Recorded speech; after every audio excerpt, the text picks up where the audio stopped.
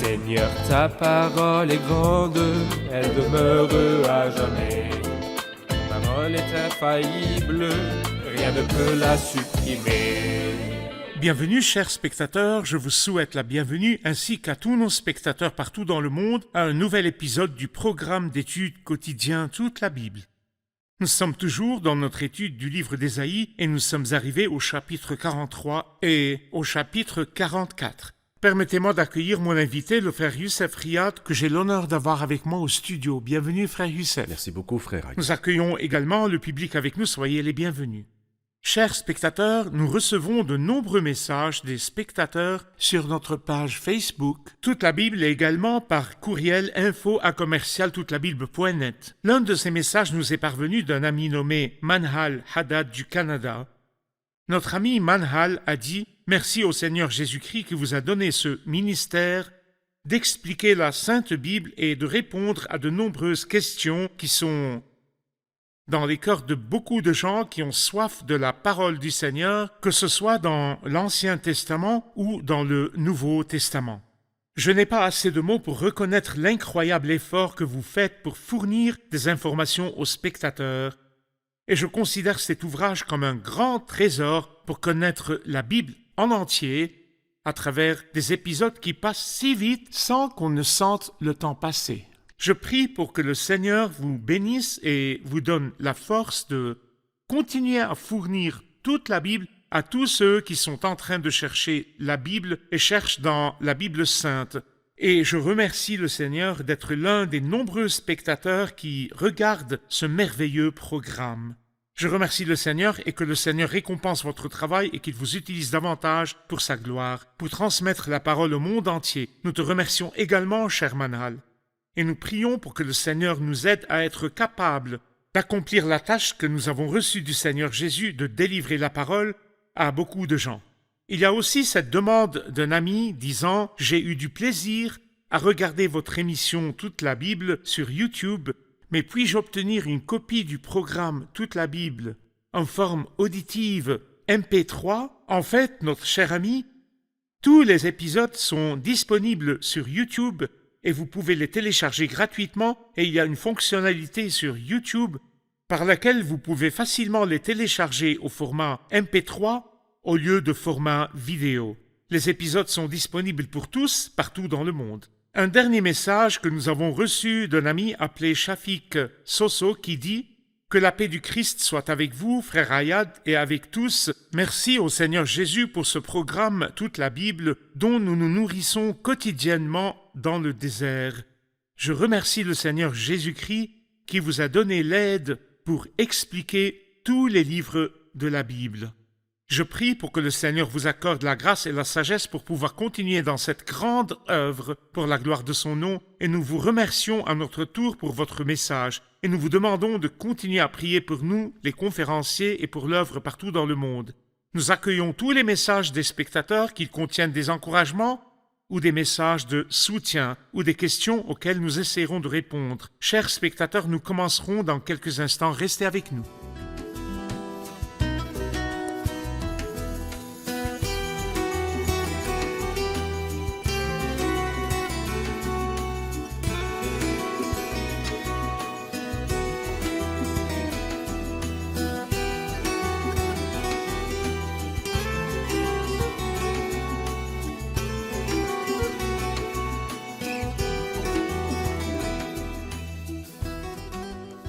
Bienvenue, frère Youssef. À vous de même.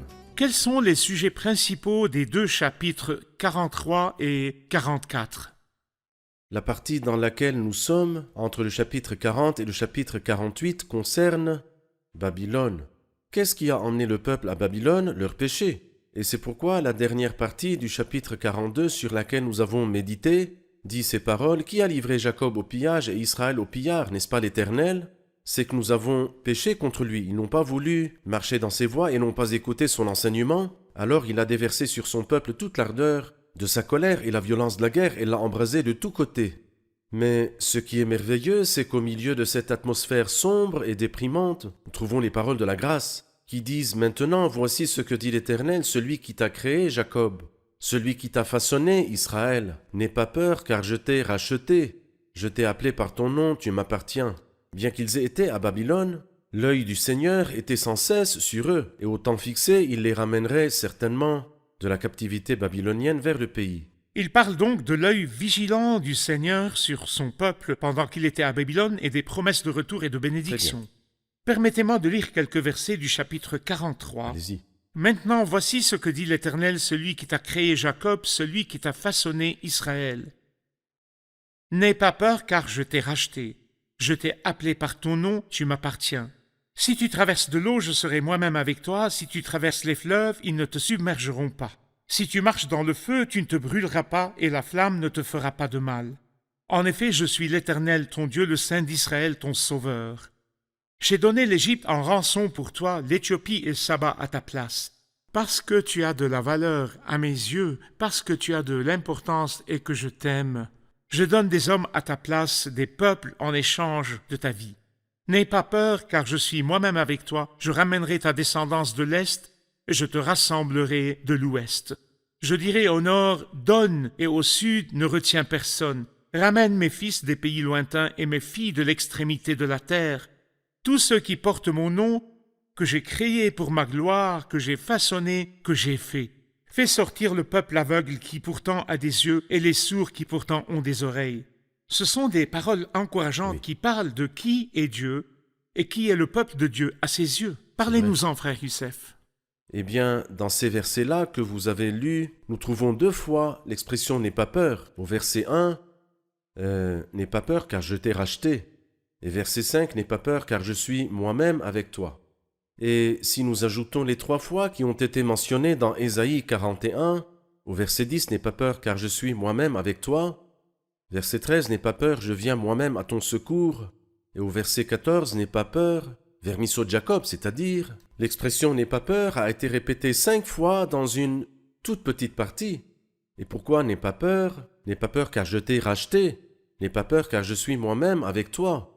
C'est la raison de ce merveilleux encouragement. Dieu dit, tu m'es précieux au point que j'ai versé mon sang pour te racheter.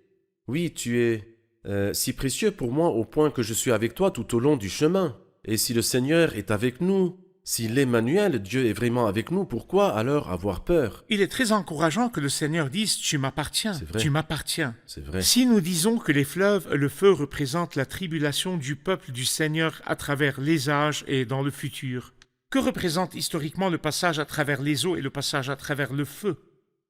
La période de la captivité babylonienne représente cela. Le passage à travers les eaux et le feu. Nous savons que le premier jugement était celui de l'eau et le deuxième grand jugement dans le monde était celui du feu au jour de Sodome et de Gomorrhe. Et la tribulation est toujours représentée soit par l'eau, soit par le feu. Mais notre Seigneur dit, si je permets parfois que tu traverses des épreuves, je ne t'abandonnerai pas, et si tu traverses de l'eau, je serai moi-même avec toi. Par ailleurs, si l'eau était si forte qu'elle devenait un fleuve, alors si tu traverses les fleuves, ils ne te submergeront pas. Peut-être s'agit-il du feu plutôt que de l'eau, et le feu est plus difficile. Si tu marches dans le feu, tu ne te brûleras pas. Et alors si le feu se transforme en flamme, et la flamme ne te fera pas de mal. Ce sont 4 grandes promesses. Ni l'eau ni le feu ne te feront du mal.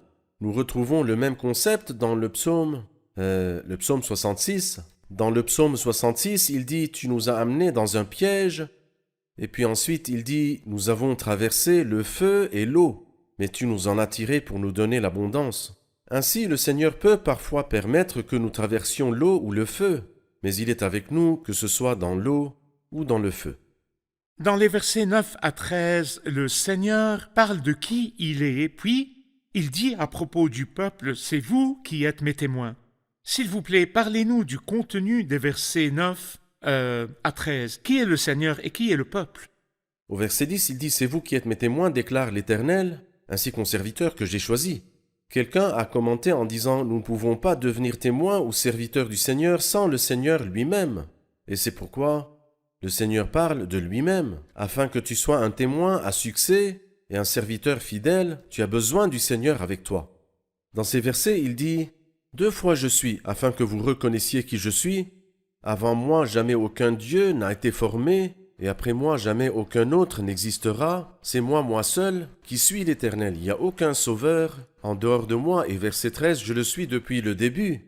Et lorsque nous allons plus loin dans le même chapitre, nous retrouvons la troisième fois où il dit c'est moi. Au verset 25, il dit pourtant c'est moi.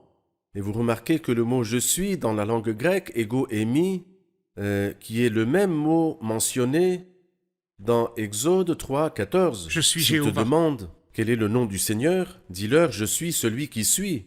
Alors je suis est le nom de la majesté. Je suis celui qui suis. Et c'est le même mot qui est mentionné 21 fois à propos du Christ dans l'évangile de Jean. Je suis. Et ici, dans ce chapitre, le chapitre 43, le Seigneur lui-même, Jéhovah, dit 3 fois de lui-même, je suis. Ici, il se présente comme le Sauveur. C'est Le vrai. verset 11 dit « C'est moi seul qui suis l'Éternel, il n'y a Sauveur. aucun sauveur en dehors de moi. » Et le Nouveau Testament dit à propos du Christ « Il n'y a de salut en aucun autre, car C'est le vrai. Christ est Dieu. » C'est vrai. Les versets 14 à 21 nous parlent de l'intervention de Dieu et sa souveraineté sur les ennemis, en disant « Voici ce que dit l'Éternel, celui qui vous rachète, le Saint d'Israël. À cause de vous, j'envoie l'ennemi contre Babylone et je fais couler tous les fuyards, même les Babyloniens sur leurs bateaux dont ils sont fiers. Je suis l'Éternel, votre Saint, le Créateur d'Israël, votre roi. Voici ce que dit l'Éternel, celui qui ouvre un chemin dans la mer, un passage dans l'eau puissante, qui fait partir en campagne des chars et des chevaux, une armée de puissants guerriers. Ils se couchent tous ensemble pour ne plus se relever, ils sont anéantis, éteints comme une mèche. Dieu traite avec les Chaldéens, la nation qui a harcelé ou harcèlera ce peuple. Comment se présente-t-il dans cette scène? Eh bien, en tant que Dieu tout-puissant, pleinement souverain, pleinement sage et miséricordieux.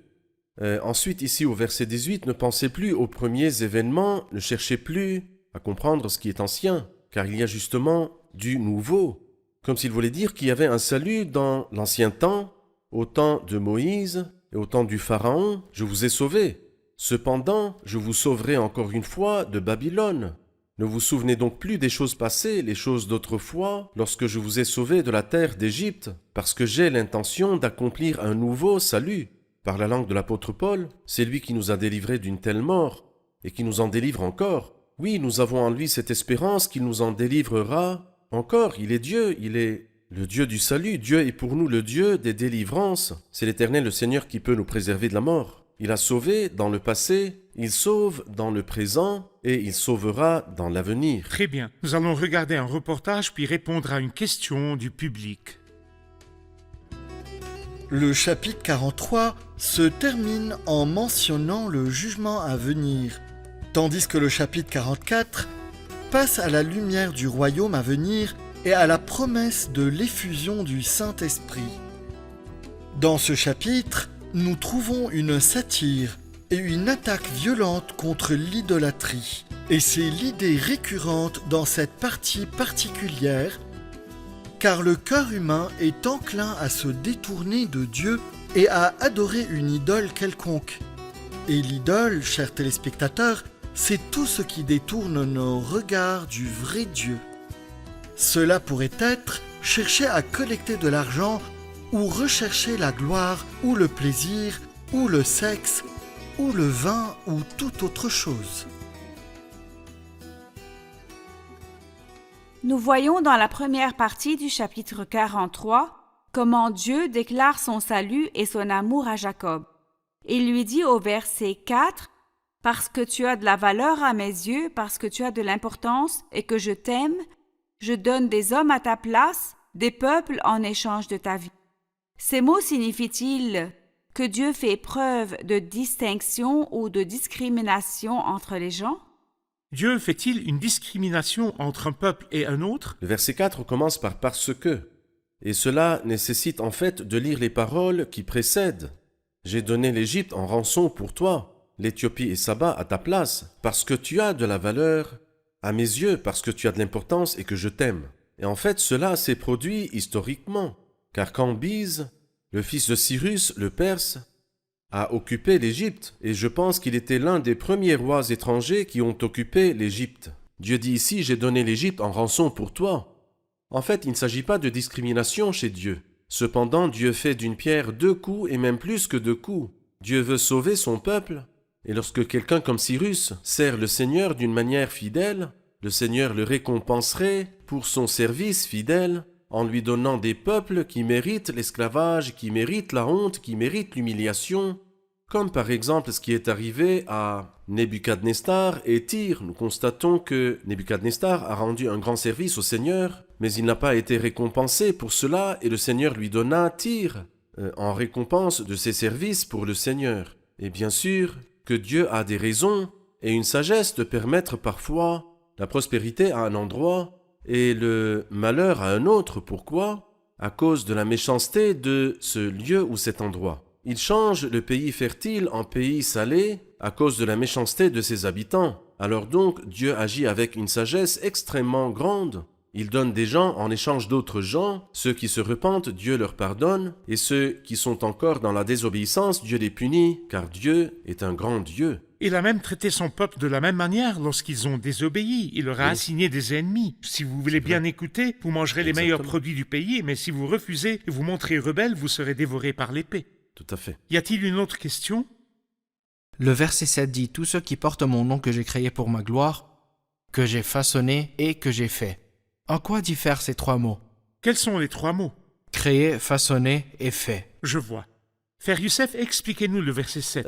La Bible sainte nous enseigne que l'homme est un être tripartite. Lorsqu'il dit dans 1 Thessaloniciens chapitre 5 que tout votre être, l'esprit, l'âme et le corps soient conservés irréprochables. Un animal est composé d'une âme et d'un corps, il n'a pas d'esprit, qui communique avec le Créateur, avec Dieu. Mais quelque chose a été ajouté à l'homme par rapport à l'animal et qui est l'esprit qui communique avec Dieu. Et concernant ces trois mots, je trouve que créer fait référence à l'esprit qui n'existait pas chez les animaux. Et ensuite façonner fait référence au corps qu'il a formé à partir de la poussière de la terre. Et puis le mot fait référence à l'âme qui existait chez les animaux avant qu'elle n'existe chez les êtres humains. Alors quand il dit ici créer, façonner et fait, il fait référence à l'esprit, au corps et à l'âme. D'accord, merci pour cette précision. Frère Youssef, permettez-moi de lire les versets 22 à 25. « Ce n'est pas à moi que tu as fait appel, Jacob. Oui, tu t'es fatigué de moi, Israël. Tu ne m'as pas offert tes agneaux en holocauste et tu ne m'as pas honoré par tes sacrifices. Je ne t'ai pas importuné pour que tu me fasses des offrandes, je ne t'ai pas fatigué pour recevoir de l'encens. Tu n'as pas acheté des plantes aromatiques pour moi et tu ne m'as pas rassasié de la graisse de tes sacrifices. Tu m'as seulement importuné par tes péchés, tu m'as fatigué par tes fautes. Pourtant c'est moi qui efface tes transgressions à cause de moi-même, et je ne me souviendrai plus de tes péchés. » Frère Youssef, que voyez-vous dans ces versets concernant les relations du peuple avec Dieu et les relations de Dieu avec son peuple? Eh bien en fait, le peuple est tombé dans 7 péchés dans ces versets-là. Le premier, ce n'est pas à moi que tu as fait appel, Jacob. Bien que le psaume dise « Fais appel à moi quand tu es dans la détresse. Je te délivrerai, tu m'honoreras. » Mais ce n'est pas à moi que tu as fait appel, Jacob. Deuxièmement, tu ne m'as pas offert tes agneaux en holocauste, et tu ne m'as pas honoré par tes sacrifices. Je ne t'ai pas importuné pour que tu me fasses des offrandes. Je ne t'ai pas fatigué pour recevoir de l'encens. Tu n'as pas acheté des plantes aromatiques pour moi. Et la dernière chose, tu ne m'as pas rassasié de la graisse de tes sacrifices. Le Seigneur lui dit qu'il ne lui a jamais fait cela. Pourquoi? Eh bien, il dit, et c'est dans le verset 22, il lui dit « Tu t'es fatigué de moi, Israël ». Ou par le langage de Malachie 1, verset 13, vous dites quel ennui et vous la dédaignez. C'est-à-dire que le service du Seigneur C'est un est fardeau devenu, pour eux. oui, un fardeau. Pourquoi un fardeau? Quand on aime quelqu'un, on aimerait le servir. Mais quand on n'a pas de l'amour pour la personne, tout petit travail vous semblera pénible. Vous dites quel ennui parce qu'il n'y a pas d'amour. Le premier verset de Malachie dit « Je vous ai aimé, dit l'Éternel » et vous dites « En quoi nous as-tu aimés ?» Au contraire, non seulement ils n'ont pas honoré le Seigneur, mais il dit « Tu m'as seulement importuné par tes péchés. » Et tu m'as fatigué par tes fautes. C'est donc l'homme qui a importuné le Seigneur, pour ainsi dire. Bien sûr, cela doit être compris dans le contexte. Mais malgré cela, le Seigneur, dans sa grâce absolue, dit « C'est moi ». Et qui es-tu? Pourtant c'est moi qui efface tes transgressions à cause de moi-même, et je ne me souviendrai plus de tes péchés. J'aime l'expression qui efface tes transgressions. Cela veut dire que tes transgressions n'existent plus. C'est cela le cadeau, le don que Dieu nous offre, qu'il offre à tout homme. Et quelle folie, quelle stupidité de refuser un tel don, qu'il est prêt à effacer tes transgressions et à renouveler, restaurer ta vie alors que tu refuses. C'est vrai. Les versets 1 à 5 du chapitre 44. Écoute maintenant, Jacob, mon serviteur, Israël, toi que j'ai choisi. Voici ce que dit l'Éternel, celui qui t'a fait et qui t'a façonné depuis le ventre de ta mère, celui qui est ton soutien. N'aie pas peur, Jacob, mon serviteur, Jéshurun, toi que j'ai choisi. En effet, je verserai de l'eau sur la terre qui a soif et des ruisseaux sur le terrain sec. Je déverserai mon esprit sur ta descendance et ma bénédiction sur tes rejetons. Ils pousseront au milieu de l'herbe comme les saules près des cours d'eau. L'un dira « J'appartiens à l'Éternel », l'autre voudra porter le nom de Jacob, un autre écrira sur sa main « Propriété de l'Éternel » et prendra avec fierté le nom d'Israël. Frère Youssef, nous entendons fréquemment ces bénédictions dans les hymnes des croyants lors de certaines réunions. De quelle période parlent les mots des versets 1 à 5 ? Eh bien en fait, si vous lisez le dernier verset du chapitre précédent, vous réaliserez la grande et merveilleuse transition. Ton premier ancêtre, déjà a péché, tes interprètes se sont rebellés contre moi, voilà pourquoi j'ai déshonoré les responsables du sanctuaire. J'ai voué Jacob à la destruction et Israël aux insultes. Et en fait, c'est ce qui s'est passé pendant 2000 ans. Appeler quelqu'un par un juif était une forme d'insulte. N'importe quel juif était appelé l'Israélien errant.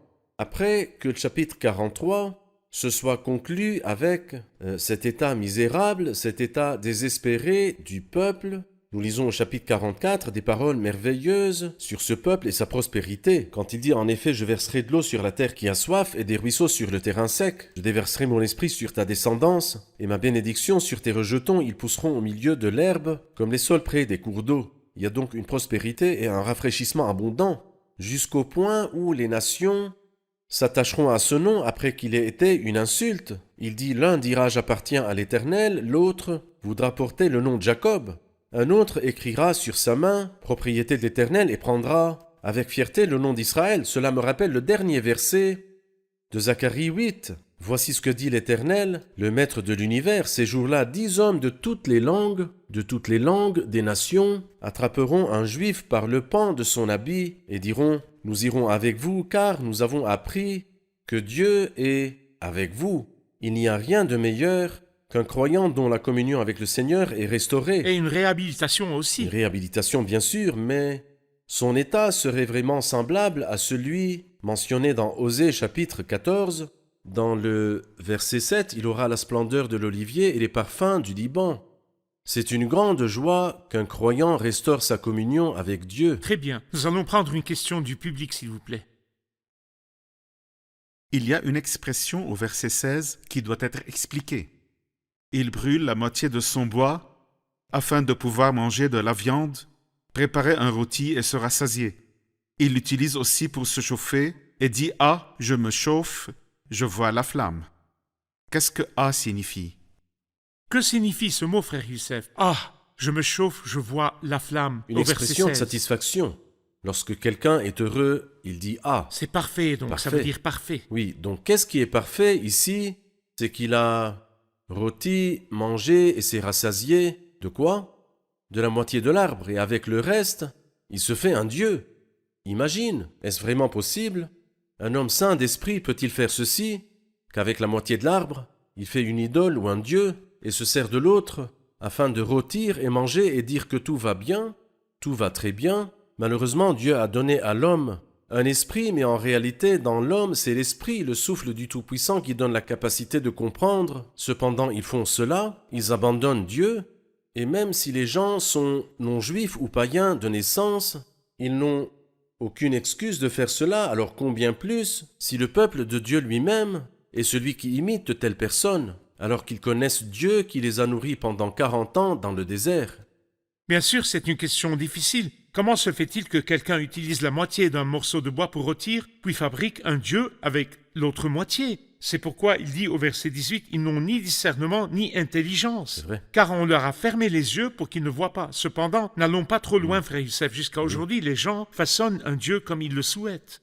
Ils attribuent à Dieu comme la seule grande divinité leur propre désir. Ils se font un Dieu issu de leur imagination pour approuver leurs désirs, leurs convoitises et leur impureté, de rendre licites les choses qu'ils veulent et d'interdire ce qu'ils ne veulent pas. Ils prennent l'approbation de ce Dieu afin qu'ils s'adonnent à leur convoitise, même si certains prétendent adorer Dieu. la manière dont ils adorent est comme s'ils façonnaient un Dieu, malheureusement selon leurs désirs. Êtes-vous d'accord ou pas avec mon opinion? Oui, je suis tout à fait d'accord, mais j'ajouterai quelque chose. Par exemple, si nous lisons à partir des versets 12 et 13, il nous dit comment il fabrique une idole pour être adorée. Il dit il le travaille sur le modèle d'un homme, d'un être humain dans toute sa beauté, pour qu'il soit installé dans un temple.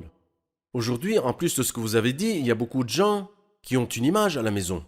Et il n'en sort faire face aux gens qu'après s'être tenus devant l'image et lui avoir parlé, ou bien l'avoir touchée afin d'être béni par elle. Qu'est-ce que c'est? C'est quoi ce non-sens? Que fait donc l'homme du 21e siècle qui aurait un destin terrible si vraiment il ne se repent pas de ce paganisme qui n'était pas justifié même avant le Christ? Comment pourrait-il être justifié après que le Fils de Dieu est venu et nous a donné l'intelligence de connaître la vérité et nous a illuminés? Comment se fait-il que nous retournions adorer des idoles que nous avons faites et leur demander la bénédiction ou bien leur demander un conseil ou une direction? Comment cela est-il possible? En fait, c'est extrêmement triste, mais merci au Seigneur pour la lumière de la Bible qui nous a fait savoir qui est le Seigneur. C'est le Seigneur ton Dieu que tu adoreras et c'est lui seul que tu serviras. Merci Frère Youssef, nous poursuivrons notre discussion sur les prochains chapitres au prochain épisode. Que Dieu vous bénisse. Révisons l'épisode avec nos invités.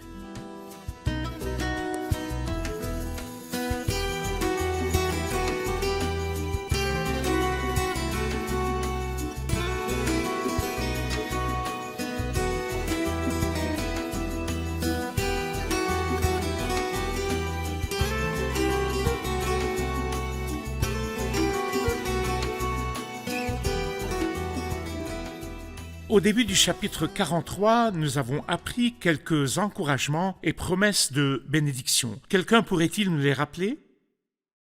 Le verset 2 dit « Si tu traverses l'eau, je serai moi-même avec toi », une image des mers qui, même si déchaînées, la main du Seigneur est en contrôle. Si tu traverses les fleuves, l'eau calme mais qui submerge, ils ne te submergeront pas. Si tu marches dans le feu, tu ne te brûleras pas. Et même si le feu devenait une flamme, il dit ici, « Et la flamme ne te fera pas de mal. » C'est l'histoire des tribulations de ce peuple et les jugements de Dieu étaient toujours soit par l'eau, soit par le feu. Frère Youssef? Bien, je vois que les rivières sont plutôt l'image de l'eau qui déferle et qui engloutit tous ceux qui se tiennent devant elle. Et la colère de l'homme. Bien sûr. Très bien. Une dernière chose, qu'est-ce que nous a apporté l'épisode d'aujourd'hui? Quelqu'un peut-il me le dire simplement? J'avais l'habitude de penser que Dieu pouvait faire la distinction entre un peuple et un autre, une race et une autre, mais j'ai appris qu'il n'y a pas de discrimination entre un peuple et un autre. En fait, le jugement est le résultat du mal d'un certain peuple, alors il devient en échange d'un autre peuple. Donc ce qui distingue un peuple d'un autre, c'est la piété de ce peuple. Même le peuple de Dieu, lorsqu'il s'est égaré, l'Éternel a établi des ennemis sur lui. La justice fait la grandeur d'une nation Le déshonneur. et le péché est le déshonneur des peuples. Merci à tous, merci Frère Youssef, que Dieu vous bénisse.